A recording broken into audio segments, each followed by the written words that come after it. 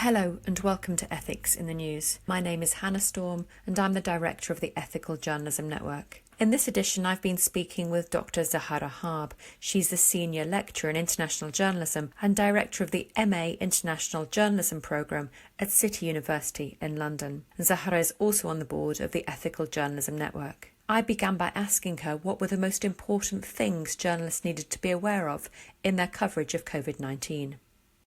The first thing that comes to my mind is being accurate. And the second thing, which is as important as being accurate, is show humanity. And the reason why I believe that accuracy is the most important factor in the coverage of COVID-19 is the examples that we're seeing around us with the spread of disinformation about the disease itself, about the virus itself, about the pandemic, but also how that is actually affecting people's lives. It has become evident now that with the spread of the so-called fake news, disinformation, we're generating hate speech, and with hate speech come acts of violence and harm against individuals or group of people. What examples have you seen of hate speech being used with regard to COVID-19? It's been evident in the kind of labeling that we've been using, the way that all Asians have been seen as the cause of the pandemic, calling it the Chinese virus, calling it the yellow virus.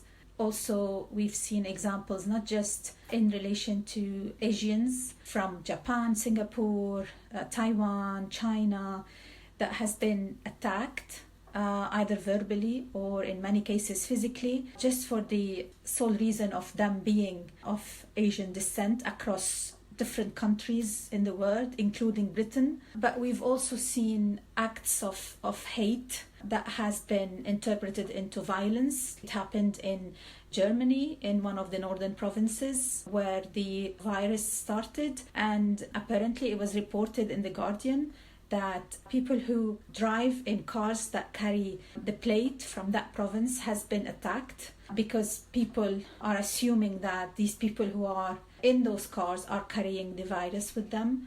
There has been lots of stigmatization and stereotyping in other parts of the world because Iran has become one of the countries in the Middle East that had high numbers of people who contracted the virus, and they are struggling really to contain it. There have also been lots of hate speech against not just Iranians, but hate speech against the Shia Muslim sect in general, in countries that goes far as Pakistan, for instance, but also it was very evident in the Arab world. The problem with all of that is that traditional media, is that journalism has actually taken part in disseminating this type of speech that has developed into becoming hate speech by finger pointing at certain people and accusing certain people who follow the Shia sect, let's say, as an example here, in that region, as being the people who are disseminating the virus in the region, which is completely not true. And that has also, led to stigmatization and, social isolation. And just for the mere fact that you're accusing certain people who belongs to a certain religious group of being the people who are disseminating the virus to other parts of the nation by itself, it's a call to incite. It's basically inciting hate and inciting violence against those group of people. So journalists have a responsibility to challenge hate, to use language of humanity, and to ensure that they debunk fake news, disinformation, misinformation, and also to hold governments accountable. How would you advise journalists to really think about accuracy, to really be factual? Where would you point journalists to help them do that? Don't rush to publish. Don't rush to broadcast. So the advice to journalists is making sure that the information that you have in front of you, even if it is information that is extremely important, that the journalists believe is extremely important and needs to get out as soon as possible to the public, we really need to make sure that we are verifying the information that we have. So let's go to the old basic tool of verifying sources, verifying information. Make sure that you're cross-referencing your sources to make sure that the information that you have is accurate. Consult expert. And when we say expert, not everyone that claims to be expert is an expert. So I'm sure that journalists will have a number of people who are specialists in the field where they can actually, and that's important for journalists to have, where they can contact them and verify information with them. So don't just rush into publish or broadcast something that we get, and because other people are publishing or broadcasting, it doesn't mean that it's actually the truth. So fact checking in the old manner, cross-reference your sources. Even if you're using social media could be a way of cross-referencing sources, of cross-referencing information. Just post a question on social media, ask people to help you verify, use social media to do that. We really need to make sure that the information that we're publishing or broadcasting as journalists is accurate. And the reason for that is this is one of the moments of the periods in our time where we need people to trust journalism. So journalism needs to come back as the source of trust, as the source of trusted news for the public. Otherwise, we've seen lots of fake news, disinformation out there that is not actually helping the public. Our job is to make them well informed, but also is more importantly is to accurately informed. That's effectively suggesting that we as journalists hold ourselves accountable and we are accountable to our audiences, which is one of the core principles of ethical journalism. We've seen a lot of information put out by governments around the world in countries that previously perhaps been regarded as transparent, but a lot of that information is questionable. How should journalists be holding governments to account? Journalists should actually hold governments to account.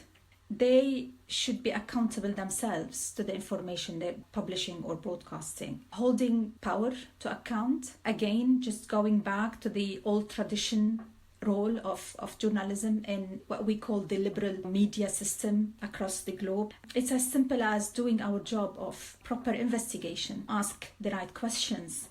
Don't take information that is given to us as face value. And again, it takes us back to investigate.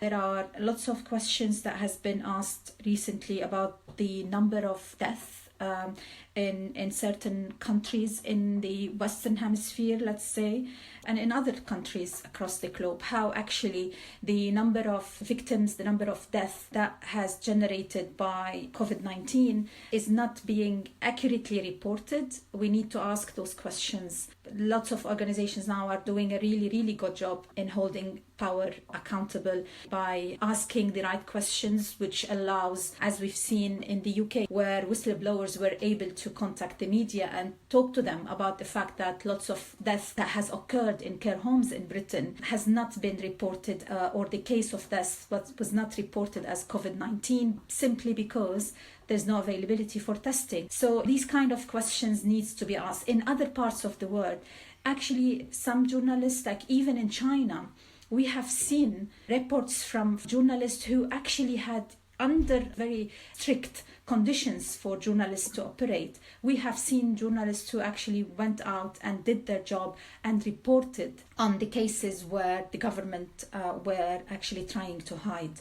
There are other parts of the world where we really need, even if we feel that we're not actually capable of accessing information, we need to keep trying, because only by trying, only by keeping our questioning at hand, we are fulfilling our role as accountable journalists. How important is it for us as journalists to tell positive stories as well as the stories of tragedy? It's extremely important to tell positive stories, simply because one of the things that we really need to avoid is fear-mongering. We want actually to raise awareness or help in raising awareness, rather than spreading fear among the public. So it's extremely important, because at the beginning of this pandemic, all what we were seeing in most of the media, and I live in Britain, so I'm able to watch British media, but I also come from Lebanon, so I'm also able to follow the media in Lebanon and other parts of the Arab world. And most what we've seen is really news about death, news about this is the end of the world, terminology like the killer virus was used, language that was producing fear rather than producing solutions, as looking at the positives also of it. Yes, this is something that we need to be careful, we need to take precautions, we need to make sure that we're following the government's advice on washing hands and social distancing, but at the same time we need to show positive stories of this. The story that was broadcast on Channel 4 the other day of the 98-year-old woman who survived COVID. I want to see these stories. I want to know that I'm not just going to go on ventilator and die after 2 weeks. It's important, and it's part of what we do as journalists, is be part of the solution and prevail hope, not just black, dark image. Awareness is important, but again, we really need to be thinking of the positive stories that are coming out of this, solidarity that are taking place among people in scenarios that we've never imagined before, people that are volunteering. There are lots of really positive, good stories that are out there. As much as we can, we really need to balance this coverage, especially with people locked down in their homes. We need to keep the message out there, stay home, but at the same time, we need to make sure that people staying home have a bit of hopeful coverage, positive coverage of what's happening. And that helps, even if it's not the job of bringing the nations together. I think it's important that we also play a role in that, bringing the nation positively together.